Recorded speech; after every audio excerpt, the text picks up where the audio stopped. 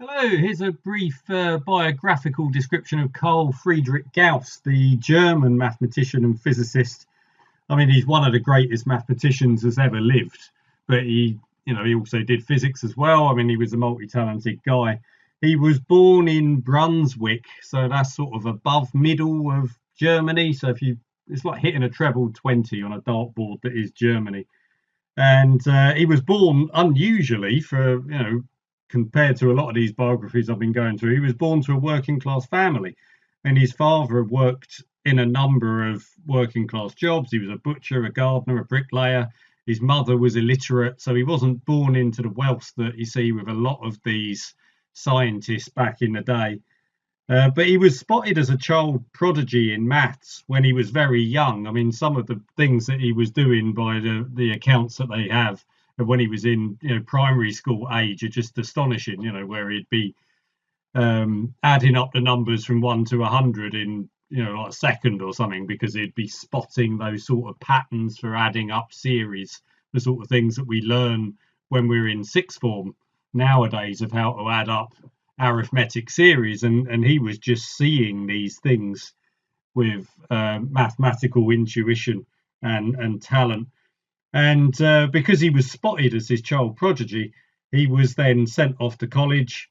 He was still mostly self-taught in his early years, but yeah, he did get some better education at the time, better than most people did. There was some disruption. I mean, you can see here when he was active. So this is at the end of the 18th, start of the 19th century. There was a lot going on in continental Europe. Admittedly, most of it was centered on France, but Germany's just over the border. And there was disruption due to the Napoleonic Wars. But after that sort of settled down a bit, you've gone past all the French Revolution, you've gone, Napoleon's maybe under a little bit more control than he was. And in 1807, Gauss became professor at Göttingen University in Germany, and that's where he remained until he died. He had quite a long life. You can see here he was nearly 80 when he died, and that's where he spent his career. From the physics perspective, which of course is what we're most interested in here, his career could be split really into three bits. I suppose you could say he had 2 decades of astronomy at the beginning of his career, then a decade of what's called geodesy. So that's assuming I pronounced it correctly. It's not a word I come across all that often. That's where you're measuring and describing the shape of the Earth and its gravity. So it follows on, really from astronomy. You can see how these things would then tie together. More on that in a moment. And then after that, he moved into magnetism, which is probably what he's best known for nowadays in physics. He wasn't particularly a big fan of the teaching part of being at a university or popularizing science or anything like that. He didn't write a textbook or anything. He wrote a lot of papers, which he wrote in Latin or German, but he wasn't really that interested in popularizing this to other scientists or his students. Now, when he started in astronomy, I mean, he was looking really at orbital calculations, first of all. These were very, very accurate for the time. So in 1801, Ceres, the asteroid, had been discovered by Giuseppe Piazzi. And Piazzi had tracked this asteroid for a while until it got too close to the sun. And then they didn't really know where it was going to reappear, because they had no way of predicting asteroid movements accurately at the time. Now, Gauss predicted its reappearance to within half a degree, and they managed to pick it up again and then track it again. So this mathematical ability that he was then applying to astronomy was groundbreaking. This then contributed to breakthroughs in spherical geometry, navigation by the stars, and then he started then applying that to the Earth. He invented the heliotrope, which is a gadget that you can use. It uses mirrors to reflect sunlight around. So if you've got someone located a long way away, so say you've got someone here and someone here, you're trying to measure angles and distances between people who are a long way apart, then if you set up a heliotrope, which is then gathering sun's rays in and then reflecting them, making it easier to locate their position. So he was then, working on surveys of the Earth's surface, and working out the lay of the land.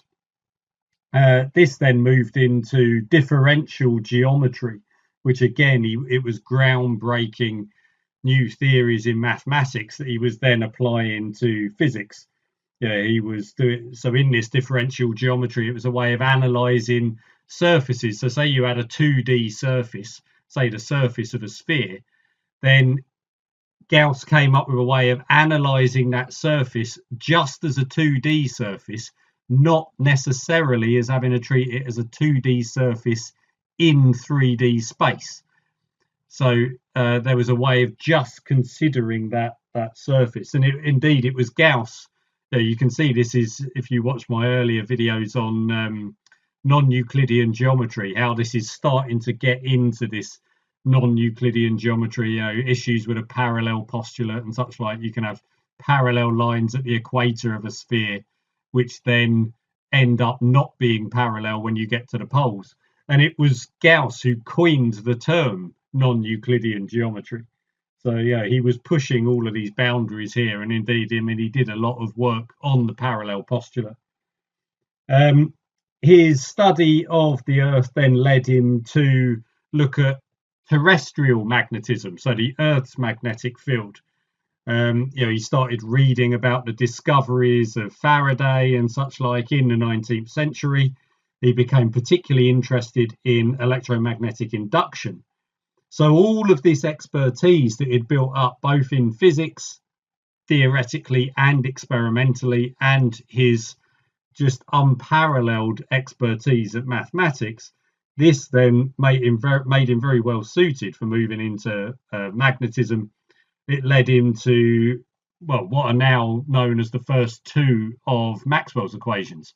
There are four Maxwell's equations, and the first two are Gauss's law and Gauss's law of magnetism. So this is the first one is then talking about the electric field, which is what flux have you got, what electric field have you got passing through a particular surface. So you can see this is an extension of the work that he'd been doing previously. And then Gauss's law for magnetism, the one which is, there's no magnetic monopoles. Again, it's the same thing. What is the magnetic flux through a surface? And a consequence of that, a consequence of that second law, Gauss's law for magnetism, is that there's no magnetic monopoles. So that was his physics career, extensive and with a definite story arc to it. His list of mathematical discoveries is just extensive. If you pull up all of the different discoveries that are named after him, it's just pages of them. Much of his early career was actually realizing, because he was self-taught, that he had actually independently discovered much of the work of people like Fermat and Euler and Lagrange and such like, and the work that had been done over the previous 100 years. And actually he had independently discovered a lot of their discoveries. He then developed a lot of new ideas in algebra and number theory and such like. And that's then really getting into the weeds of quite advanced mathematics, way beyond what I'm wanting to be describing here, particularly with this focus on physics. And he was active pretty much right up to his old age and when he was dying. So he had a very productive career throughout his life. But if you're a mathematician and you start looking, you go off to university to study maths and you start seeing just how much of a genius this guy was when it came to maths. I know we've got a unit in physics named after him, and we got two Maxwell's equations named after him. But the accounts of his mathematical ability really are that he was a once in a century or even longer talent when it comes to mathematics. For you maths gurus out there going on to study him at university, he really is a poster boy for 19th century mathematics. So there you go, another absolute legend of physics and maths, Carl Friedrich Gauss.